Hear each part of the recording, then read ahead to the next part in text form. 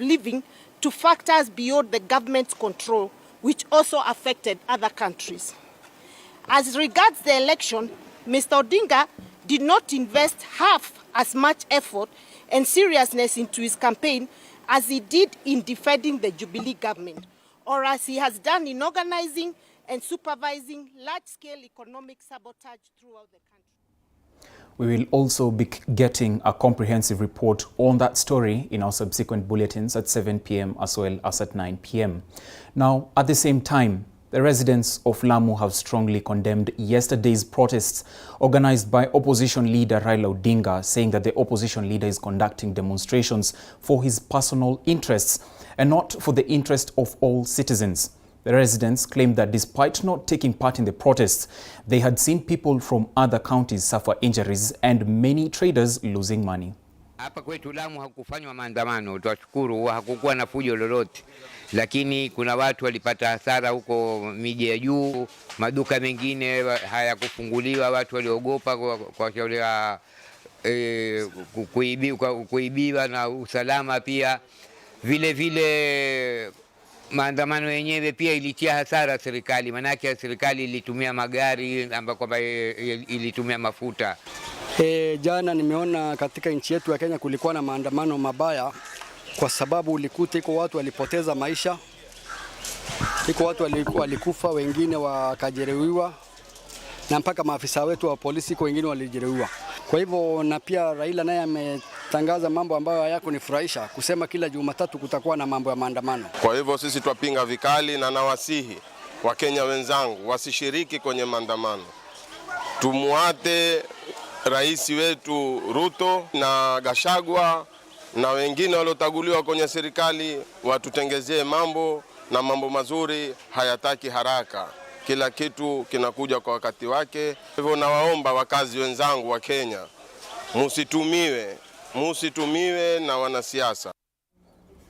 Elsewhere, after the mass protests, various church and cultural leaders have called upon Azimio coalition leader Raila Odinga to call off the protests and use other decent ways stipulated in the constitution of addressing his grievances. Speaking in Kiambu County, Bishop James Munga said the 2 billion shillings that is said to have been lost can be used to support the needy families that are suffering from hunger. Take a look. Ruto aweze kutengeneza kuunganisha bunge waweze kutengeneza ile kiti ya official opposition ili our right honorable Raila Odinga aweze kukalia kwa hiyo kiti na aweze kukosoa serikali. Hiyo ndio maono yangu ile ambayo nataka. Lakini mtu kusema kwamba nataka kumaandamano kila siku kila Monday, hiyo ni kuwa nchi kabisa na ni kuharibia mwananchi wa kawaida akose lishe na akose kujisaidia na aweze kukosa kabisa hata kujimudu kama mwanadamu kule chini. Ni kama sheria, ni kitu amezoea, alifanya na Moi, akafanya na Kibaki, akafanya na Mheshimiwa Uhuru. Inaonekana ni kitu amezoea na ndio hiyo anatafuta. Sasa ile shida iko, tukisema waongee na Mheshimiwa Rais, Bwana Raila ataitisha serikali kama kawaida, sema yaingizwe kwa serikali. Na ndio nauliza sasa kazi ya uchaguzi itakuwa gani? Kuna mtu ajui mahali katika nchi ya Kenya tuko jadi hiyo, hakuna mvua, kuna challenges mingi, uchumi ni mbaya. Sasa tena ile kidogo iko tunaanza kurukaruka huku na kule, kupoteza muda, kuharibu uchumi. In fact is very very unfortunate, na ningemuomba tu Right Honorable Raila Odinga aachane na mambo ya maandamano. Hawa watu ni watu wanajuana, ni watu wamekaa pamoja, ni watu wamefanya kazi pamoja. Now, from the castigation of the mass action called by the Azimio la Umoja party to the defending of human rights of the LGBTQ community, human rights activists from concerned citizens and Muhuri organizations have condemned the harassment of the LGBTQ community and those violating their rights, while acknowledging that homosexuality is still illegal in the country. They have pointed out on several attacks directed to the members, including denial of health services in some hospitals. Wakati mahakama imesema wamewa-recognize and they have the right of association, who are the people who are supposed to give them this service? The state. State must make sure that they have been given their right as kulingana vile mahakama imesema. Mahakama imesema wakuwe allowed to associate. What the state should do to the relevant authority, wawapatie registration na wafanye hivyo. Pia tunasema hivyo, kuna state na kuna religious community in this case, both Christians and Muslims, and I want to be very categorical like that. Religious community are abdicating their responsibility. Their responsibility to preach the word of God and to reform the wayward. Kama wameona our LGBT community wamekiuka maadili ya binadamu, lazima wao wawahubirie, wawaregeshe. Wakiwakimbia, state iwakimbie. That they are human beings, they are taxpayers, they are here with us, they are our brothers and sisters. They have a right to education. They have a right to medical care. They are supposed to enjoy all the rights any Kenyan who is not an LGBTI community is enjoying. They are human beings. To be born gay, to be born bisexual, to be born intersexual is also an act of God. Unaona? And they are human beings. What we are seeing, this animosity created against these people, this phobia created against people by the state and the religious community is uncalled for. They are running away from their responsibility. These are human. That's what we are saying. We personally, we are not members of the LGBTI community, but we are human rights activists. Any person who is a human being, we are supposed to make sure his or her rights has been taken care of as dictated by the Constitution and the laws of this country. So the religious community, you are not paying tax. You are supposed to reform these people, and that's why you are not paying tax in this country. You are exempted for paying tax. What are you doing with the money? When you see a gay is here, when you see a lesbian is here, when you see a bisexual is here, and amekuja kanisani kwako, why do you send him away? The state, the hospital, this kind, why are they being sent away? Why are they being sent away from school? Where do they want to go? They are Kenyans, and they are supposed to enjoy the rights Kenyans are enjoying. That is our position. Whatever they are doing in their privacy is none of our business. And if in any case they have been arrested for breaking the law, they must be taken to court. They must not be condemned the way we are seeing the religious community are doing. Now they are saying they should be killed. Tomorrow, it will mutate to something else. Watu wataanza kusingiziana wewe ni gay alafu utauliwa na you are not a member of that community. So this should be stopped, and the government must stamp its authority and protect these people. Thank you. And it should be very clear, it is illegal, but it is, the Supreme Court say they have a right of association. But in a situation here we see people want to take political advantage in it. In popularity is unfair. People going out demonstrating against those guys. It is very wrong indeed. Sisi hatusemi kuwa wafanye ushoga na kusagana. It is illegal kulingana na penal code. Tunasema kuwa wasinyanyaswe, wasitengwe, wasidhulumiwe. Hawa ni watu sio matumatu. Serikali lazima iwa protect. Na watu waache kukondema watu. Na mtu akikosa tunarudia na strongest words wapelekwe kotini. Ushoga, it is illegal in Kenya and everybody knows that. But hii kuenda publicly na kuwapiga na kuwanyanyasa na kuwapokonya services, it is very wrong. That's all. It is a very contentious debate in the country, but irregardless, human rights must be upheld. Meanwhile, the National Steering Committee on Drought Response has raised 1 billion shillings for drought mitigation as it targets 1 million Kenyans in the latest phase of food distribution. The committee, under the Kenya Tulindane campaign, will this week distribute food to 48,560 households, targeting 290 Kenyans in Garissa, Nyeri, Taita Taveta, Narok, Marsabit, Meru, Baringo, Kwale and Makueni counties. The latest data from the National Drought Management Authority, NDMA, shows that 6 million Kenyans from 32 counties are food insecure, with the persisting drought set to continue due to depressed rainfall. At least 970,000 children and 142,000 pregnant women are malnourished, with urgent life-saving interventions needed. The number of malnourished children has also risen from 884,000 children as at July 2022. Tunajua kwamba Marsabit ndio imekuwa affected sana katika mambo ya ukame katika 23 arid and semi-arid counties Kenya mzima, na watu ambao wamekuwa affected katika Marsabit County ni 309,176.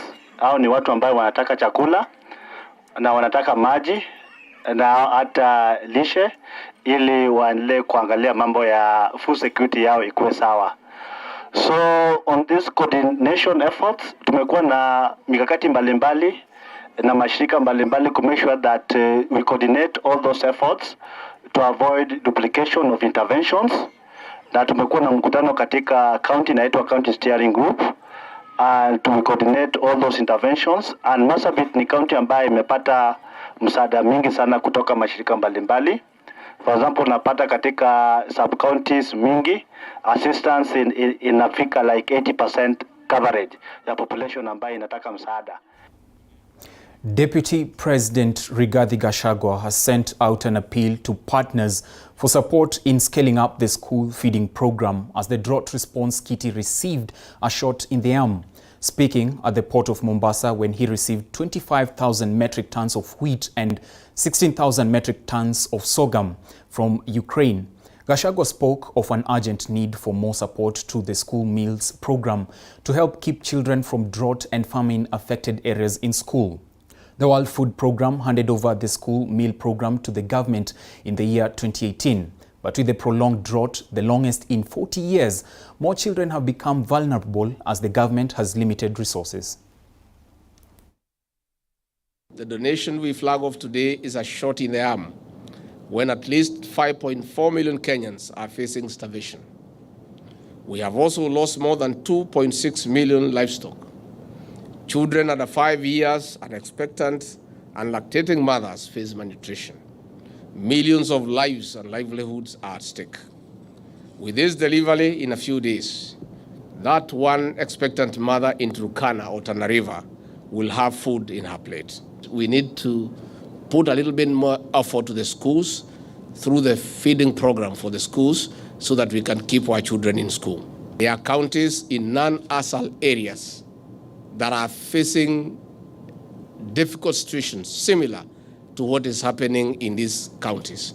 We have some areas in the counties of Nyeri, counties of Kiambu, counties of Murang'a, the county of Migori, where we have pockets that have similar climatic conditions as in those ASAL counties. So we'll be making a request to the World Food Programme to consider non-traditional, non-ASAL areas that have not been receiving support from the World Food Programme to be considered, because the people in those counties are saving similar conditions and they are also facing hunger and starvation.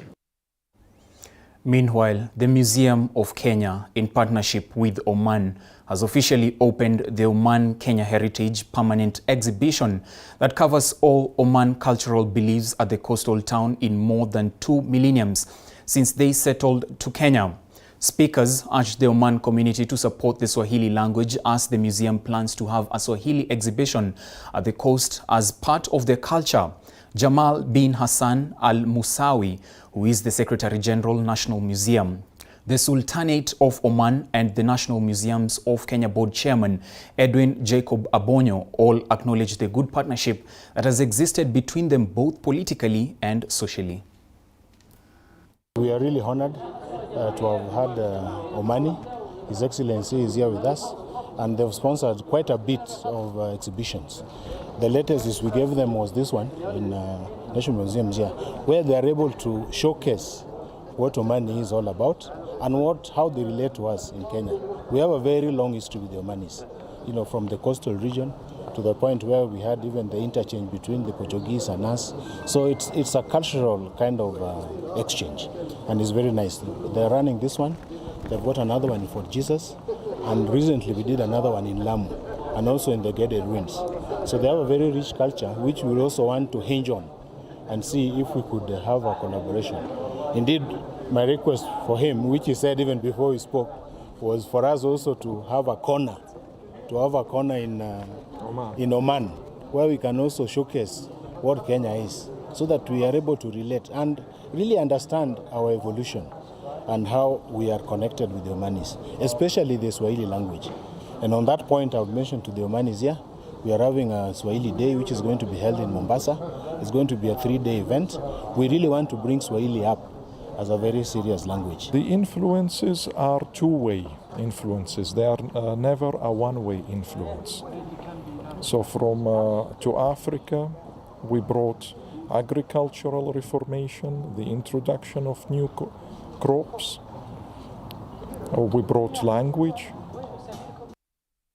Now, from bolstering the culture of Oman in the country, it's time to take a look at the sports news, where the third Kenya Amateur Golf Championship KAGC Series event kicked off, or rather the Muthaiga Open, is expected to kick off this weekend at the Muthaiga Club with top amateur, professional, junior and lady golfers set to participate in the event. Leading the pack at the Muthaiga is the reigning Sigona Bowl and Windsor Classic champion Michael Karanga from Kiambu Golf Club, who will be pursuing a hat-trick of wins at the series. Karanga expects a tough battle from other elite golfers such as John Lejirma, Jay Sandu, veteran John Gitonga, while in the ladies category, 10 golfers will take to the course, including Naomi Wafula, Joyce Wanjiru, Chanel Wangari, Belinda Wanjiru,